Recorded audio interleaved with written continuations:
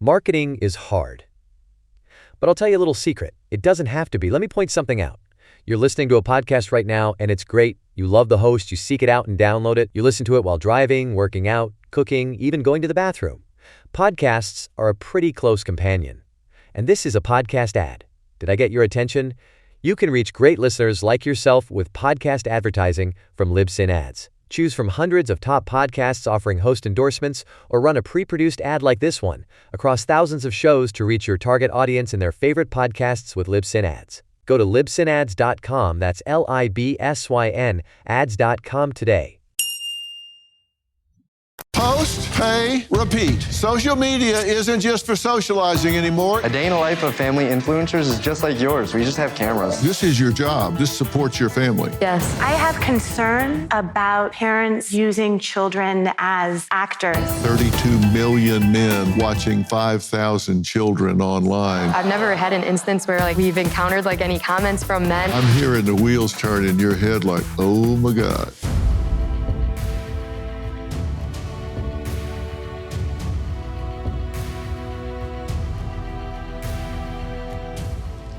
Well, post, pay, repeat.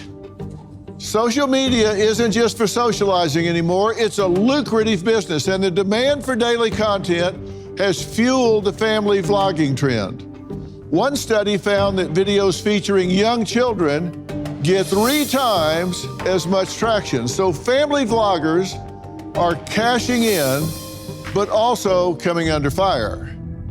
Now, Ruby Franke of the popular Channel 8 Passengers was just sentenced to up to 30 years in prison after being accused of torturing 2 of her children. She often shared footage of harsh punishments, and she's one of the most egregious examples. Now, Seth and Christy are young parents with 2 million followers on TikTok.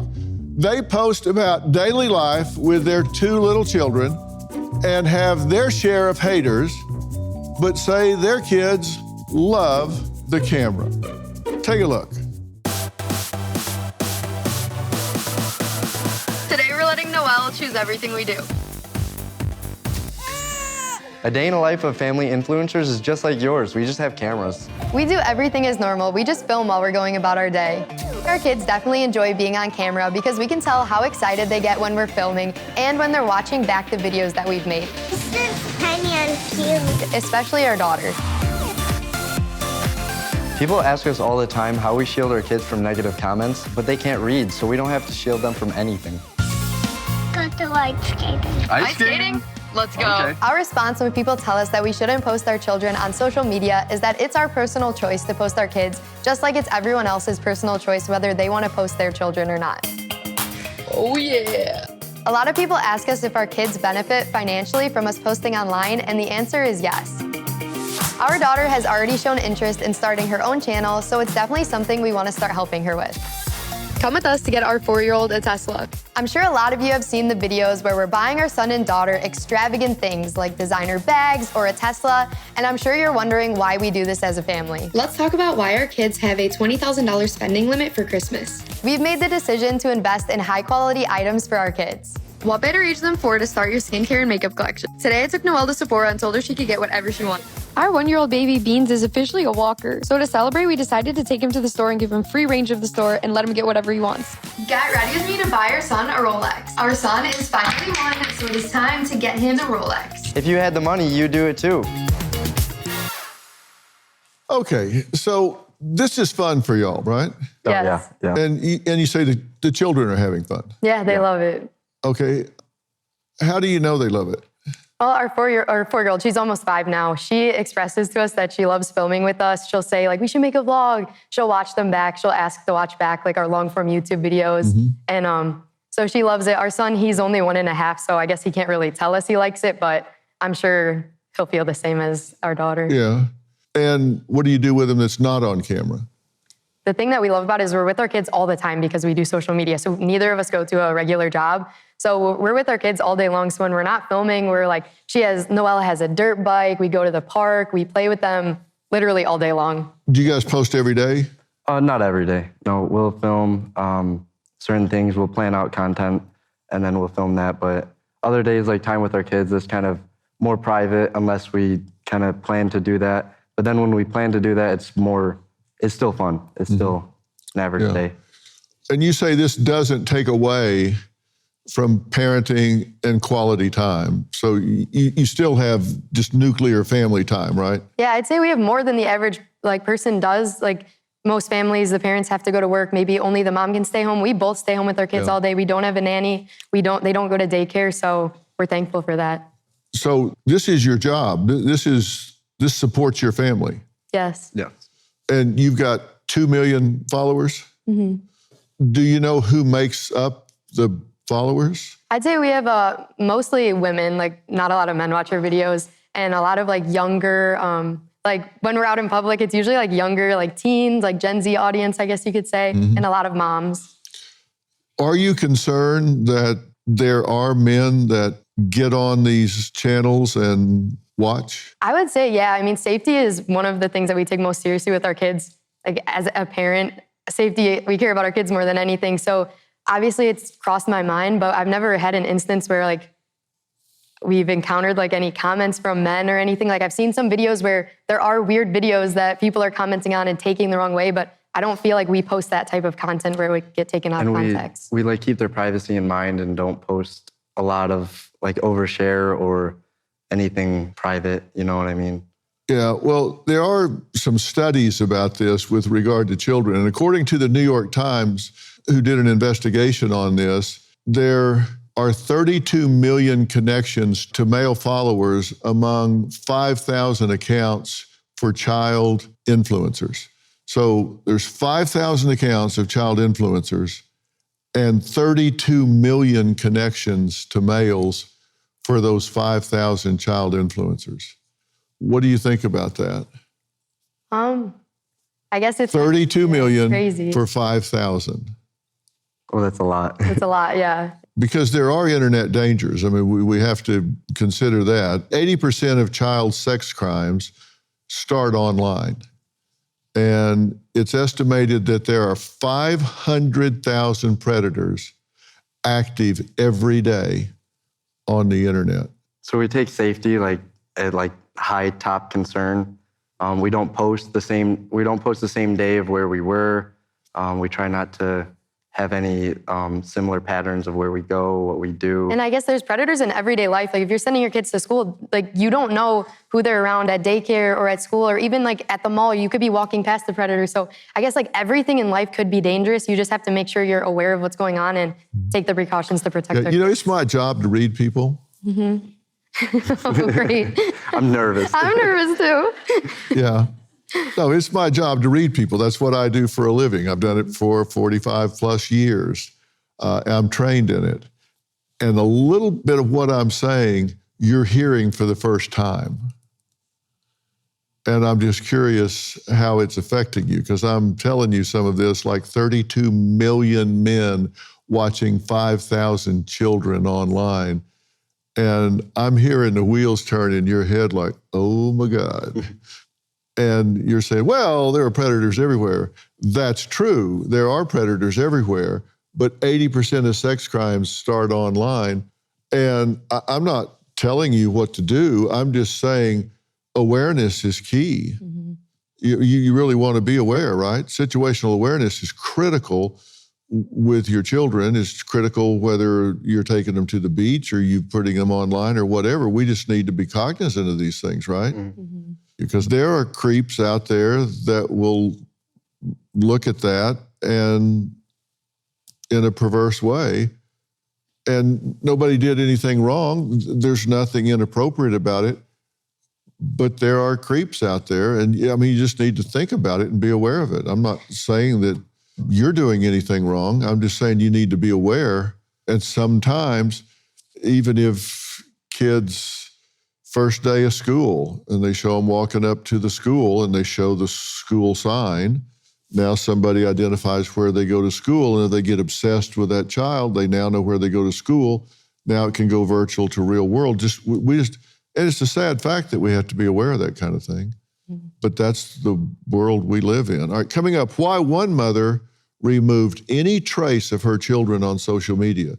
The scary revelation that sent her into a panic. We'll add that to the conversation when we come back.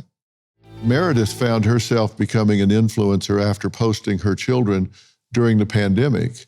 She said she was happy with her growing popularity until one post sent her into a panic. I never intended to be a content creator. I started making videos for my family and friends, and one of them blew up. And I went from just making videos for people I knew to having about 30,000 followers overnight. And over the next year, that progressed to about 100,000 followers on TikTok. About a year after I started posting on TikTok, my family and I went out to dinner, and I posted a couple Instagram stories of us. The next day, the manager of the restaurant reached out to me. She said, somebody tagged the restaurant with a bunch of photos and videos of you and the kids, and obviously I know it's not you, so I clicked on a page, and it was a page with thousands of followers covered in images of my kids.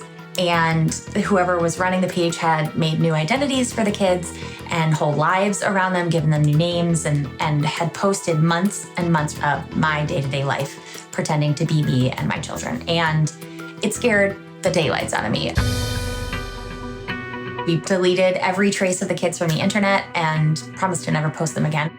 Can't trust the internet with anything, and especially not anything you care about. And I know now some people call it role-playing, other people call it digital kidnapping. It's just really important to evaluate why we're doing it and to take steps to keep our kids safe, because you just never know who's on the other side of the screen.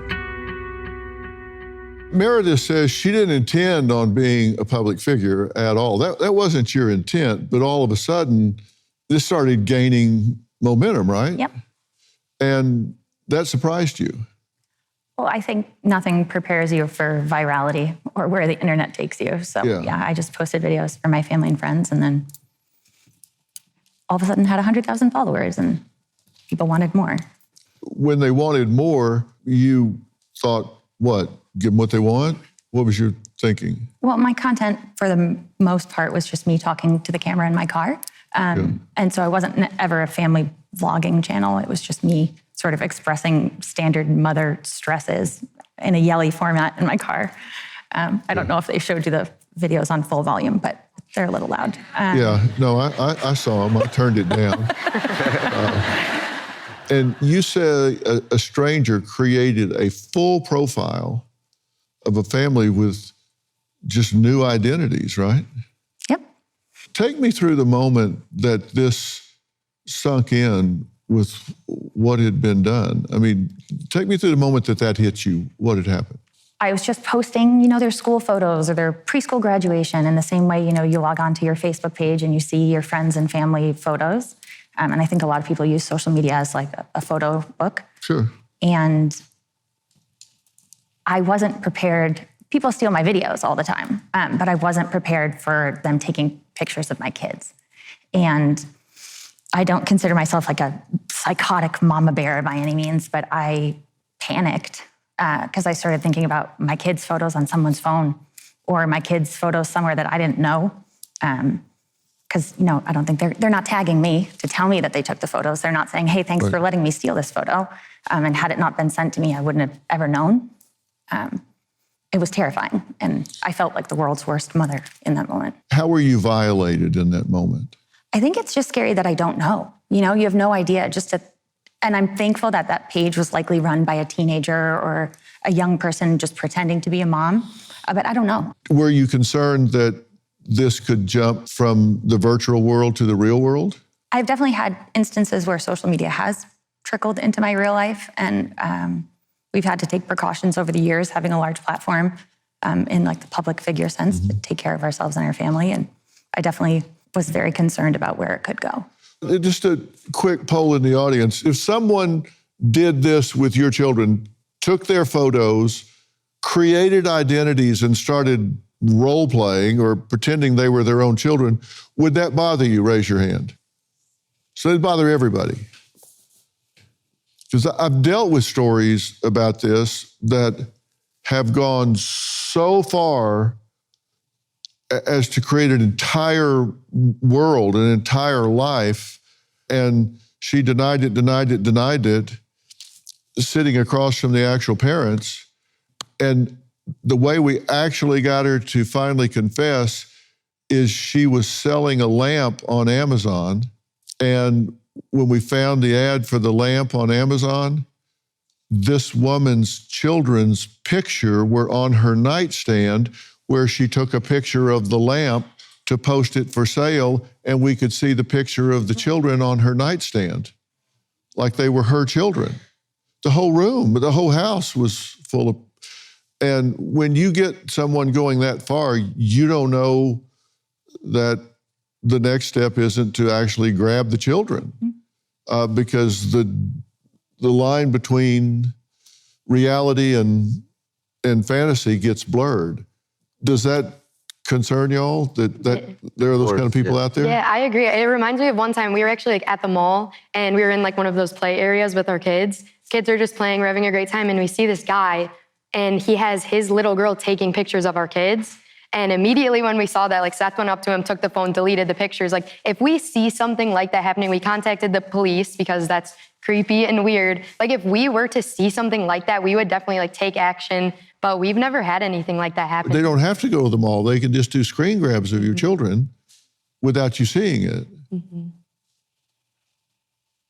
I guess I don't know what to say to that. I guess they could, yeah. I guess maybe it felt more personal because he was like close, like he was yeah, we were actively seeing you know it. what I mean? Yeah.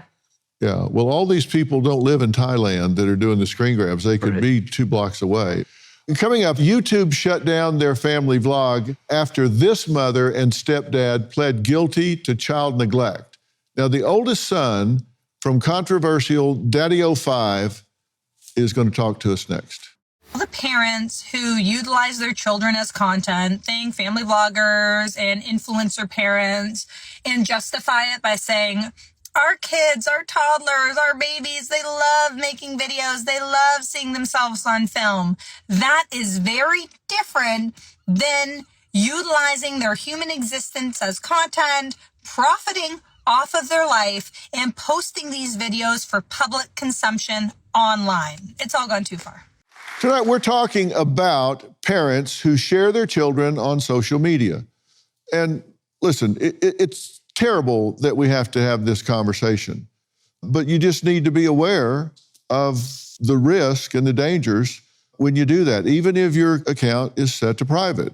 My next guest, Jake, grew up in front of cameras as part of the infamous YouTube family Daddy-O5. Now, Jake's family was getting more than 176 million views, but was ripped apart in the media and real life after viewers raised concerns about their vlogs, leading some to dub his mom and stepdad the worst parents on YouTube. Stop it! Daddy, stop being a bully! My name is Jake Martin, and I was the oldest kid from the Daddy-O5 YouTube channel. The type of content that we started making was originally just family videos, and then as the channel progressed, we started getting into more pranks. We posted videos every single day for 9 months. You walked off! It was you! It's always a dream to be famous and be popular online, but when it really happens, it's just hard to adapt to. A YouTuber with 4 million plus subscribers had made a video. So they took all the craziest clips, everything that would seem bad, and put them all into one 20-minute video. Cody and Emma's biological mother showed it to someone and got an emergency custody order, and then they were removed at their school. Police came and they took Emma and Cody. Where are they taking them? To Rose. They can't do that. They're doing it. It was very traumatizing. People were showing up to my house. They were making death threats. It was a very terrifying experience. Stupid prank! Yeah. I ought to break your camera right now! Jake, thanks for being here. Of course. Now, you say that outrage grew over these videos, but that these videos were skits, right? Yes, sir. A lot of them were improvised, but the majority of them were scripted, yes. Yeah. But it looks like a lot of the emotions that came out were pretty genuine. I think some of the emotions could have been getting so far into improvising the videos, honestly, because it's happened to me. And when you're filming a 40-minute to hour-long video and it's a bunch of siblings, I definitely things would get hectic sometimes. The little brother, he got focused on a lot. And so people did identify this particular sibling as kind of a troublemaker, annoyer, and he got a lot of hate, right? Right. And here are some examples of the so-called pranks at Jake's house.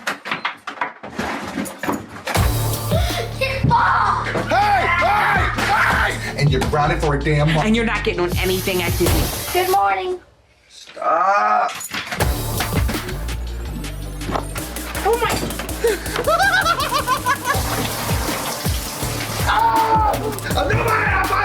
Who's that? Jake, get off of him. Stop getting in trouble for stuff I didn't do. Ah, what's going on? I don't care. I've had it.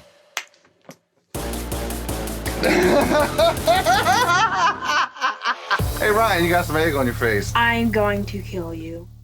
Jake says you can't always believe what you see, and here's an example of his stepdad telling the youngest son to do some acting. Here, have the broken skateboard like this. Right there.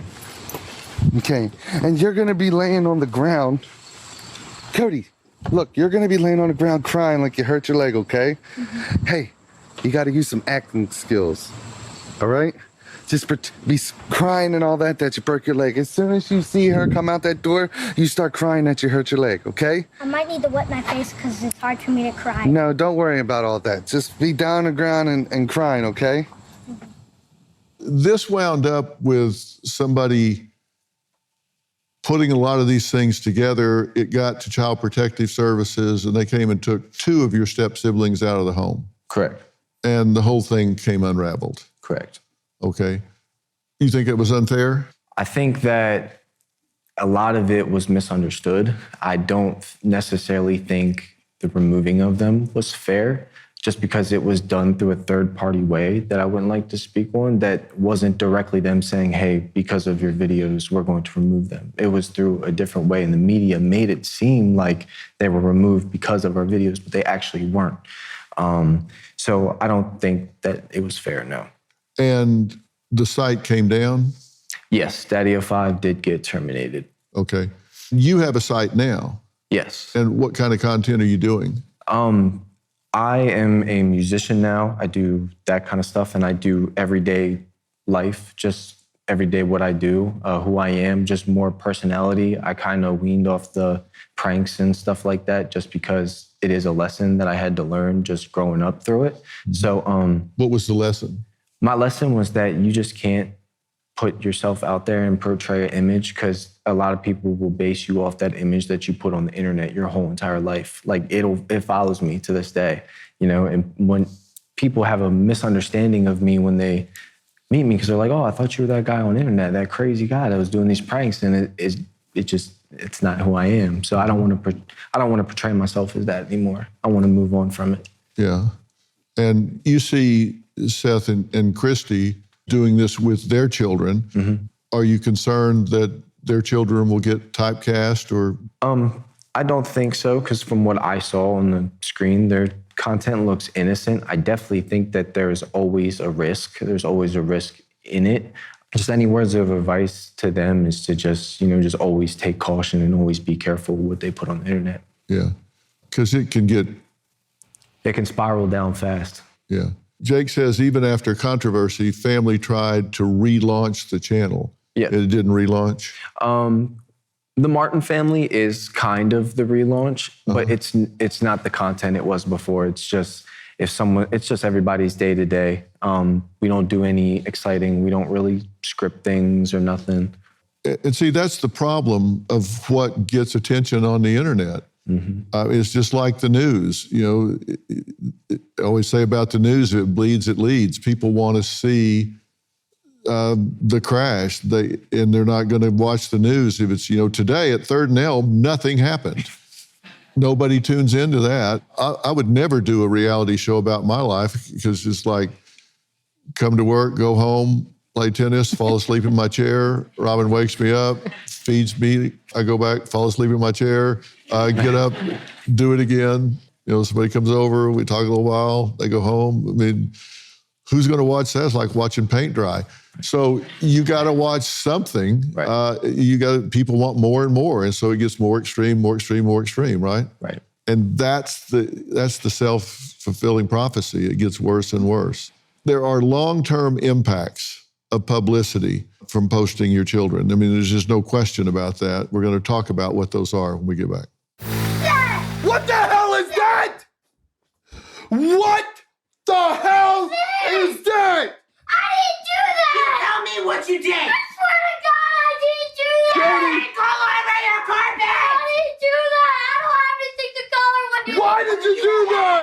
Leah Plunkett is the author of Sharenthood and a Harvard law professor. Now, she says posting children too early is an invasion of privacy, and in extreme cases can lead to irreversible harm. Take a look. Sharenting is a way for families to produce global digital entertainment with very, very few gatekeepers. A prime example of sharenting gone wrong is the Daddy05 YouTube channel, such that viewers started calling in to the local child protective services. I think the long-term effects of sharenting, where you have parents setting up kids and teens to be humiliated, feel betrayed, can be lifelong and devastating. Illinois recently passed a law that protects the earnings of child influencers to ultimately go back to the child. We need to think about sharenting as a new stage on which child actors are appearing. Well, Leah, thanks for being here. You say parents are robbing children of privacy and identity when they put them out there too early. So you have a problem with what these parents are doing. I have concerns about parents using children as actors on a global digital entertainment stage, very often without compensation to the children or appropriate safeguards in place for privacy or working conditions. I don't have a problem with parents trying to do their best for their kids and their families, and I completely respect that that looks different in different households, but I do have a big problem with the global sharenting entertainment industry as a whole. And I have a problem with getting the government involved. We got the government in too many houses, too many bedrooms, too many roles. That bothers me about it. But the goal of what you're talking about in terms of protecting children, protecting them having to become characters, them having to work God knows how long to create videos, doing it when they don't want to do it, all of those things are clearly issues. I understand that. I just don't know. We have Coogan laws, right? We have to have teachers on site and things like that for child actors and that sort of thing. But are you saying that there needs to be more laws, new laws, different regulations? What are you advocating? I'm advocating for ethical, practical labor law reform to recognize kid influencers as child entertainers once we get to a certain threshold. I'm not advocating that we are sending teachers or other professionals on site into family homes. We have a child abuse and neglect, a child welfare system that is separate from child labor law that can be activated appropriately when necessary. But I do think that we need to recognize that we are well past the point where sharenting is just mom, dad, or other caregiver thinking a kiddo's cute and wanting to share it with a few folks, maybe a few hundred folks. This is a billion-dollar global digital entertainment industry that needs ethical, practical labor law reform, similar to Coogan laws. Yeah, now when the Coogan laws were implemented, this area didn't even exist. That's correct. So it didn't take that into account. And oftentimes when we enter into contracts, or at least when I do, if I'm licensing something, I'll say this is for television, radio, et cetera, and all other mediums known and unknown, because I'm figuring by the time this gets played out, they're going to come up with something I haven't even thought about, but that's not what happened with these laws. That's not what is happening with these laws. At this point in time, only one state, Illinois, has signed a new law into effect that does ethical, practical labor law reform for child influencers. Prior laws that related to child entertainers that are on the books in many but not all states do not cover the sharenting industry. And how is this going to be enforced? The way that the Illinois law would work, it is requiring not any sort of privacy rights or any sort of workplace conditions. It is about requiring, they're calling them vloggers or vlogging families in Illinois. It is about requiring an accounting and a distribution of a certain percentage of gross earnings for content that really is anchored in the child performer into a trust account to be distributed to the minor upon obtaining the age of majority. The minor could bring a civil lawsuit against parents for knowingly or recklessly violating these trust requirements. But this is not government overreach. This is practical, ethical accounting for a family business that is making a significant profit.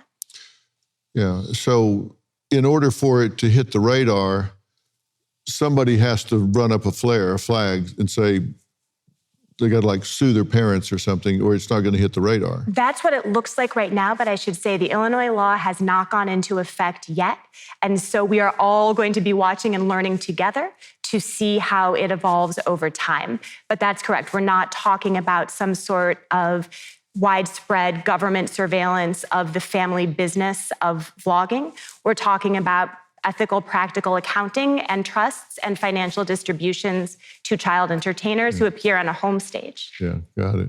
Coming up, we're going to talk about just the simple question regarding your children, to post or not post. And is there a middle ground here? Parasocial relationships happening on these apps are completely wild.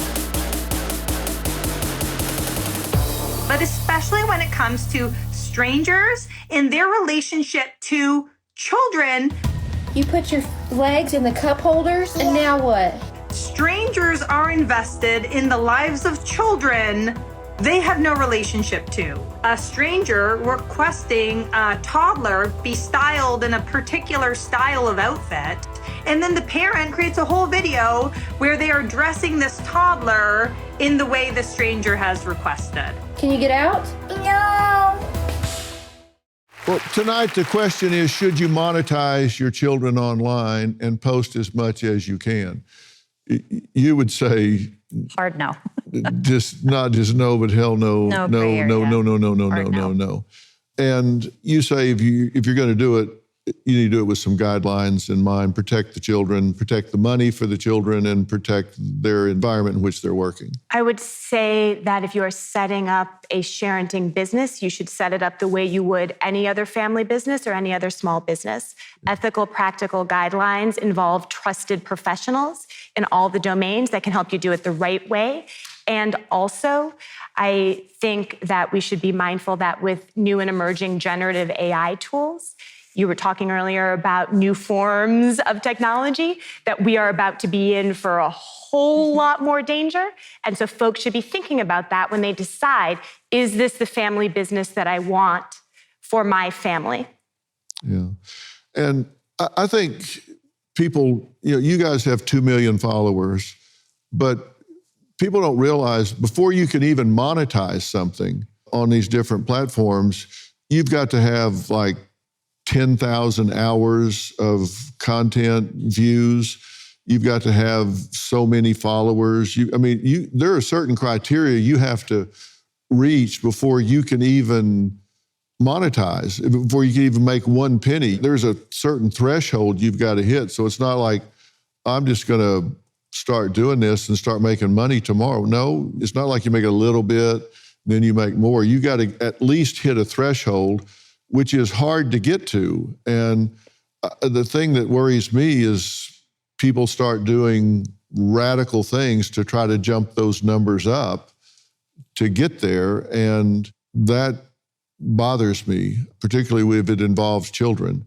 And you heard me quote some statistics earlier, and the average parent shares at least 1,500 photos by the time a child is 5 years old. And you got to think about that because, as I said, there are a lot of predators out there. And as you mentioned, Leah, with AI, if they have an image of your child, they can have that child doing anything. And then people see it and they don't realize that's not your child. Leah says even exchanging text and email information about kids is sharenting, right? It is sharenting. It is a much less risky form of sharenting than a global distribution on a major social media platform. But in my book, literally and metaphorically, anytime a parent is sharing private information digitally about a child, that is sharenting. And it's out there, and you have to wonder how safe it is and what safeguards you have in place. We'll be right back.